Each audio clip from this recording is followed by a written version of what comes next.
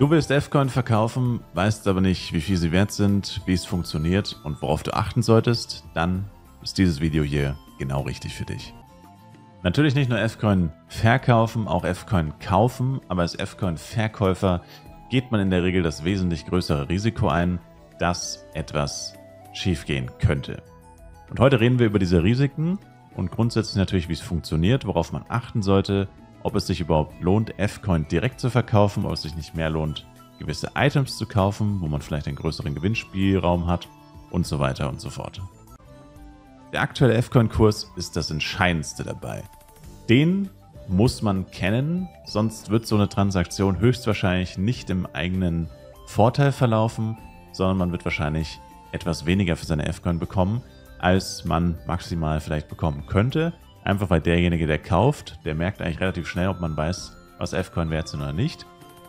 Und viele Leute nutzen das natürlich zu ihrem eigenen Vorteil aus, wenn sie merken, okay, der Verkäufer von F-Coin hat eigentlich keine Ahnung, wie viel die gerade wert sind.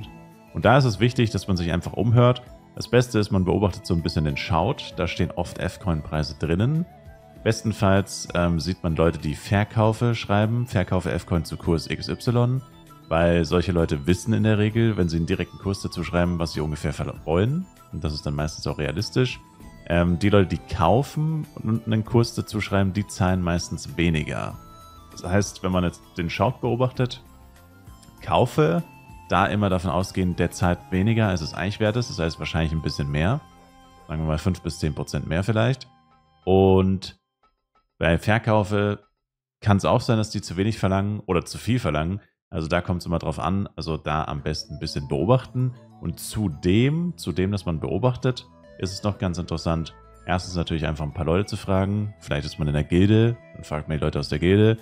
Wenn nicht, dann fragt man vielleicht in einem Livestream auf Twitch. Chat, fragt einfach, hey, was sind momentan F-Coin so wert? Und dann kriegt man da ein paar Ideen. Und dann hat man zumindest eine ungefähre Vorstellung. F-Coin-Kurs heißt ja nicht umsonst Kurs, ja, es ist eine Sache, die sich einfach die ganze Zeit verändert. Es ist nichts Festes. Viele verschiedene Faktoren haben Einfluss darauf, was F-Coins zum jeweiligen Zeitpunkt wert sind. Ja? Und da muss man einfach gucken, dass man eine gute Idee dafür bekommt und auf jeden Fall nicht zu günstig verkauft. Ja? Man hat nicht immer den höchsten Preis, weil es gibt immer jemanden, der aus irgendeinem Grund jetzt sehr dringend F-Coin will. Der zahlt dann auch mal mehr. Das heißt, es kann schon sein, man verkauft heute F-Coin für den Preis und morgen hört man von jemand anderem, der 10 Mio mehr bekommen hat. Ja, das kann mal passieren, aber in der Regel, wenn man sich gut informiert, dann hat man eigentlich ein relativ geringes Risiko, dass man da viel zu wenig für seine F-Coin verlangt bzw. bekommt. Dann das zweite ist, wie so ein F-Coin-Deal eigentlich abläuft. Also ich denke mal, das weiß so ziemlich jeder, aber nur ganz kurz. Ihr sagt, ich verkaufe F-Coin zum Preis von 1000 F-Coin für 150 Millionen Penya. Das bedeutet, 1000 F-Coin sind 150 Millionen Penya wert. 10.000 F-Coin sind 1,5 Milliarden wert und 100 F-Coin sind 15 Millionen wert.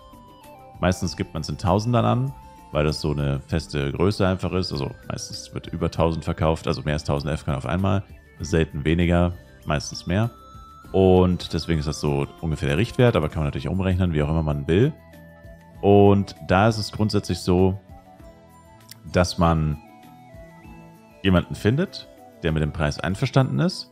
Der sagt einem dann, ja, ich möchte 1000 F-Coin, gib mir dafür 20 A-Product. Dann kauft man 20 A-Product für 1000 F-Coin und er bekommt dann die 20 A-Product im Tausch, natürlich im gleichen Zuge. Also man handelt, man trifft sich irgendwo, handelt 20 F-Coin, wechselt in den Besitz, 20 A-Product für 1000 F-Coin, wechselt in den Besitzer, im Gegenzug zu den 150 Millionen Penya. Also man tradet letztendlich die A-Product gegen Penya. Also direkt F-Coin verkaufen geht nicht, das war noch nie möglich und von dem her war das dann schon der Deal.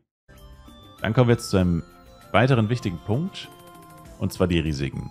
Die Risiken beim F-Coin verkaufen sind leider tatsächlich ziemlich groß. Beim Kaufen eher weniger. Beim Kaufen muss man einfach nur wissen, okay, ich muss wissen, was ist der F-Coin-Kurs. Und das war es im Endeffekt. Und das habe ich ja vorhin schon erklärt, wie das ungefähr funktioniert. Eine weitere Technik, nenne ich es jetzt mal, den F-Coin-Kurs zu bestimmen, ist übrigens einfach nur in Shops zu gucken und zu schauen, was sind eigentlich Products wert. Weil Products sind so das ist so der Klassiker einfach. Ja, Products sind die beste Wertanlage eigentlich im Spiel. Die werden immer benötigt, die werden immer gekauft, die sind immer am Start. Und das heißt, wenn ich jetzt in den Shop gehe und sehe eben ein G-Product, kostet 100 F-Coin, sehe ich für 15 Millionen Penya, zum Ausgangsbeispiel. Das rechne ich einfach mal 10 und dann habe ich meinen Tausender-Kurs. G-Product ist jetzt vielleicht nicht das beste Beispiel, weil G-Product wird oft leicht unterm Cash-Kurs verkauft, aber es gibt einem eigentlich eine ziemlich konkrete Idee, was man für F-Coin ungefähr zahlen sollte. Ja. Schwankt vielleicht nochmal um 5 bis 10%, wie gesagt, G-Product. A-Product wäre wahrscheinlich das bessere Beispiel, weil A-Product werden, wenn überhaupt, meistens etwas über dem Cash-Kurs verkauft oder genau zum Cash-Kurs. Von dem her sind A-Product dann vielleicht ein kleines bisschen besser dafür geeignet, aber grundsätzlich Products kann man sehr schön hochrechnen auf 1000 F-Coin, was denn 1000 F-Coins wert sind. Also sowohl als Verkäufer und als Käufer wäre das noch so eine weitere Taktik, um zu bestimmen, was F-Coin kosten sollten. Aber als Verkäufer ist es tatsächlich leider so, dass es wirklich einige Leute gibt, die das, warum auch immer, machen, dass sie zum Beispiel Folgendes machen. Ihr sagt, ihr verkauft F-Coin Menge XY und dann findet ihr jemanden, der zahlt euch einen hammerguten Preis, wo ihr fast nicht widerstehen könnt. Ja. Da sollten eigentlich schon die Alarmglocken angehen, wenn jemand viel zu viel zahlt, als es eigentlich wert sein sollte. Dann ist das schon mal ein schlechtes Zeichen. Der hat wahrscheinlich irgendwas Böses im Sinne.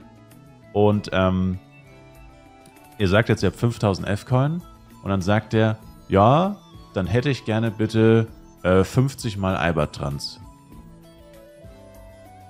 In dem Moment solltet ihr sofort sagen, ja, sorry, verkaufe ich dir nicht. Das ist mir ein zu hohes Risiko, dass du einfach abhaust, offline gehst und ich dann auf 500 Albatrans festsitze, die ich niemals verkauft bekomme. Also das wäre so ein Klassiker, wo man wirklich aufpassen muss, dass man auf sowas nicht reinfällt. Es gibt einige Leute, die das aus irgendeinem Grund machen. Es gibt noch dieses Chat-Coloring. Ist auch noch so ein beliebtes Item, wo getrollt wird. Heißt das Color?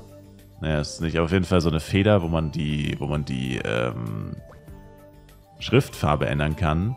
Also so Items, die eigentlich keinen effektiven Nutzen haben. Ja, oder so Effekte, so 200 F-Coin für einen Wind-Effekt 15 Tage. Es gibt sicherlich Leute, die wollen das. Ah, hier ist es. Font-Editor, genau. Ein Font-Editor für 2 Stunden kostet 100 F-Coin. Geistesgestört teuer. Und ja, solche Sachen. Also es gibt so ein paar Items im Cash-Shop, die sind viel zu teuer für das, was sie bringen. Und die will auch eigentlich kaum jemand haben. Die kauft auch einfach kaum jemand. Das ist extrem schwer verkäuflich. Vor allem für den guten Preis. Und bei solchen Items ist es leider oft so, dass jemand sagt, hey, also ich habe zum Beispiel gestern jemand gesehen, der stand in State Morning und der hat geschrieben, kaufe F-Coin für 170 Mio pro 1000. Der F-Coin-Kurs heute an dem Tag, wo ich das Video aufnehme, liegt so zwischen 130 und 140 Millionen und derzeit über 30 Millionen mehr als der eigentlich höchste Kurs. Da kann man sich fast todsicher sein, dass der irgendwas Schlimmes vorhat, dass der dir irgendwie in irgendeiner Weise schaden will. Und bei sowas, wie gesagt, müssen die Alarmglocken angehen, wenn jemand viel zu krass overpaid. Also nicht nur er overpaid, sondern er overpaid so heftig, dass es überhaupt keinen Sinn ergibt. Warum sollte er so viel dafür zahlen? So viel sind sie einfach nicht wert. Der kriegt sie auch viel günstiger. Dann müssen die Alarmglocken angehen. Mit dem Trade wird irgendwas nicht stimmen.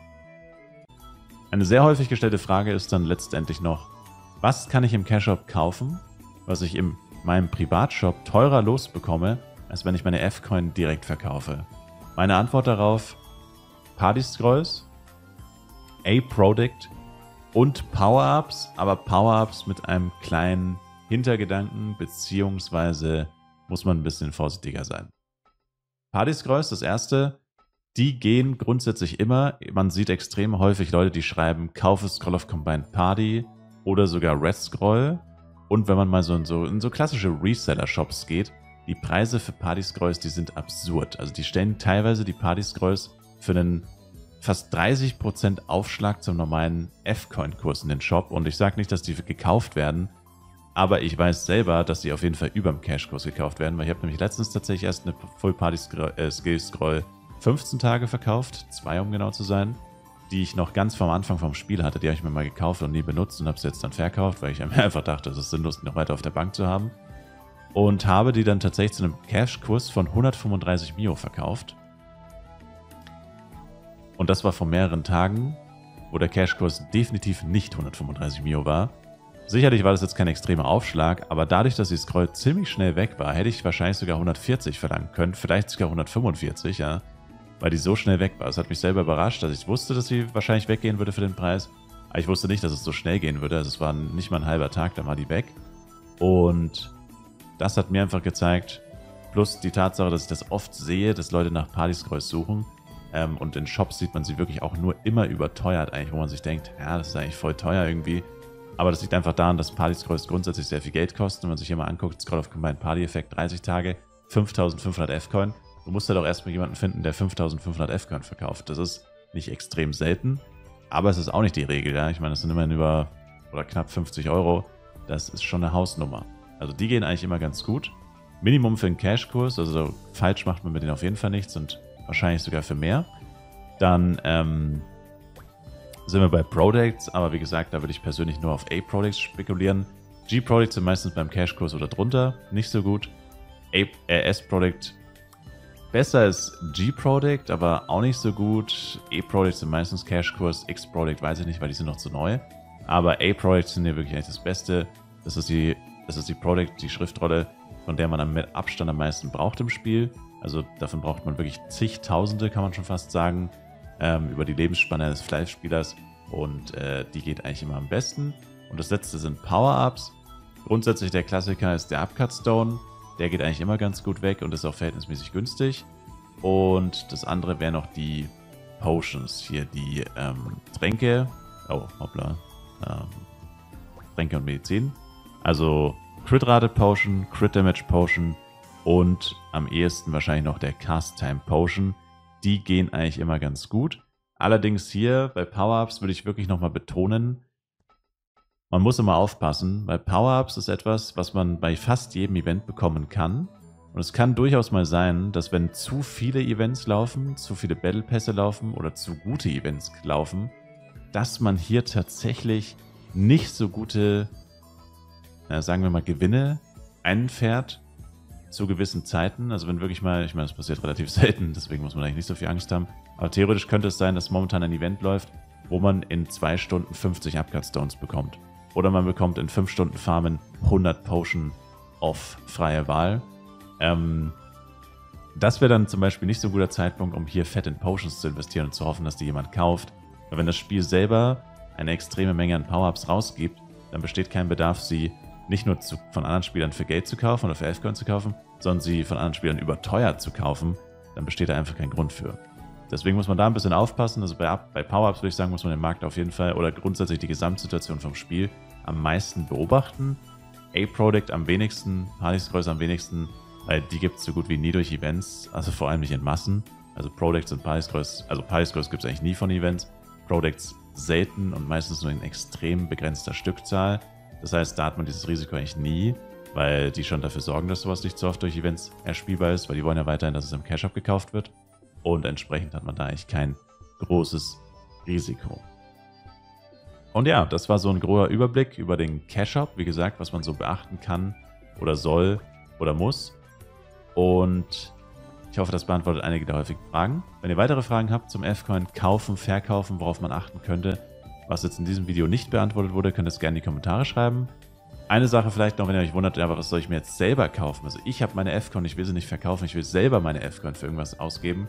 Also der beste, meiner Meinung nach, Preis-Leistung hat eigentlich, die beste Preis-Leistung im Cash-Up hat eigentlich hier der Monatspass. Also aktuell sind wir im Januar, deswegen ist der January Pass, in einem anderen Monat ist dann der März oder was auch immer Pass. Grundsätzlich ist das eigentlich preis-leistungstechnisch, wenn man selber seine F-Coin investieren will, das Beste. Man bekommt extrem viele Power-Ups, Products und das alles für 1000 F-Coin. Einzige Bedingung ist, man muss seinen Battle Pass natürlich auch abschließen. Das ist ganz wichtig. Und man bekommt hier ganz coole Benefits. Man hat zum Beispiel Common Bank, kann auf die Banken von seinen anderen Charakteren auf dem gleichen Account zugreifen. Man bekommt einen 2-Tage-Vendor-Shop. Das ist im Endeffekt das gleiche wie dieses Item hier, was 1000 F-Coin kostet. Einziger Unterschied ist, dass das Item, das man direkt kauft, hat Shopzeit 3 Tage und beim Battle Pass sind es nur 2 Tage. Das heißt, wenn man Verkäufer aufstellt, hätte er dann 2 Tage. Mit dem anderen Item wären es 3 Tage, aber dafür ist der komplett gratis hier mit dem Battle Pass dabei. Also lohnt sich auf jeden Fall. Und dann hat man hier noch einen Dungeon Map Navigator, ist ganz cool. Man kann schneller upgraden und man hat tatsächlich einen weiteren gratis Dungeon-Eintritt pro Tag. Also schon einige Benefits auf jeden Fall, die man hier einfach so noch oben drauf bekommt, zusätzlich zu den zusätzlichen Products und Power-Ups, die ich gerade schon erwähnt habe. Also Battle Pass hat ein unfassbares Preis-Leistungs-Verhältnis. Wenn man jetzt komplett neu ist, könnte man sich noch ein CS-Pad vielleicht kaufen oder so. CS-Pad seiner Wahl. Ja, das wäre noch sowas anderes. Oder ein Fluggerät seiner Wahl. Ab Level 20, dass man schnell unterwegs ist. Aber die kriegt man normalerweise eigentlich unter Cash-Kurs verkauft von anderen Spielern für Penya. Also das ist nicht unbedingt das beste Investment, aber macht man jetzt auch nicht viel falsch mit. Und ja, damit würde ich sagen, war das so ein kurzer Crash-Kurs über den Cash-Shop F-Coin verkaufen. Ich sage danke vielmals fürs Zuschauen, würde mich selber ein Like, Kommentar, ein Abo von euch freuen. Bis zum nächsten Mal mit Live Universe. Schaut auf jeden Fall auch im Livestream vorbei. Twitch-Link in der Videobeschreibung. Und ciao, ciao.